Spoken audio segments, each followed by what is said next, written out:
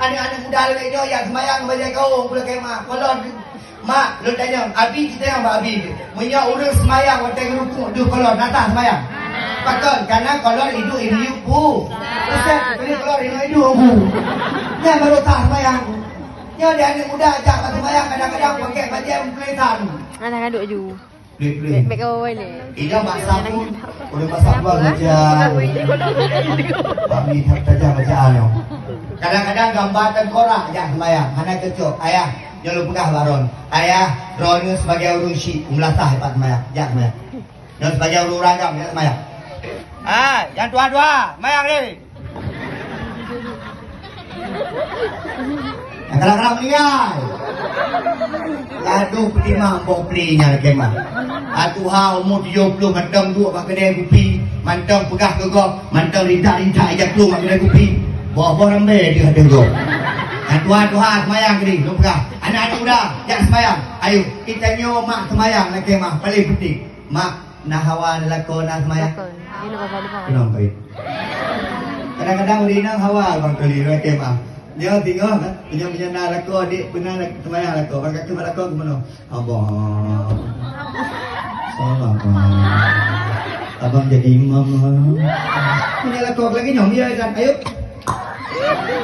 Berangkat. Nyom dia lako. Dia lawan.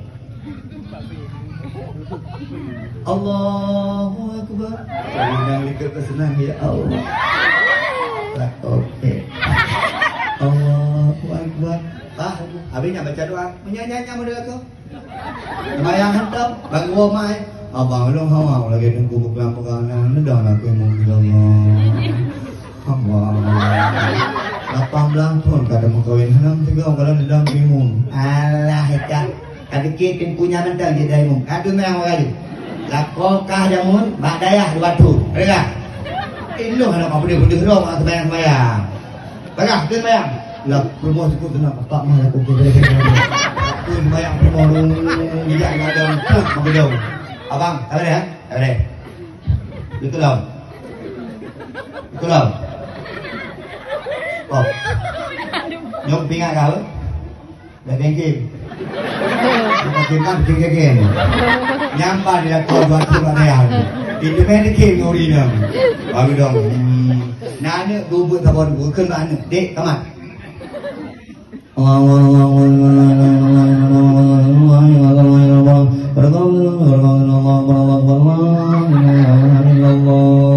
kaman, hai kaman. Ya. Tahu tak yang tu yang itu dia. Allah. Juga jangan buka lagi king-kingnya lagi. Dia berkali-kali. Bismillahirrahmanirrahim. Alhamdulillah. Tapi lah dari Fatiha. Waladhdallin. Mungkin di bawah bila prehnya buatlah itu dah okey. Mungkin telah kemati ke. Laku mak dengan pedi mengatakan Bismillahirrahmanirrahim. Yasin. Lampi penuh wow. Surat panjang. Yasin. Allahu Akbar. Yang modal kok kamadi. Ngau dengan kau kita yang malum no tu punya di ilung yang dalam ilmu kutem tapi ilung hai baca doa puji pernah baca ayah jangan pernah baron baca doa buah macam dengan bahasa Arab ya bahasa Indonesia atau bahasa Aceh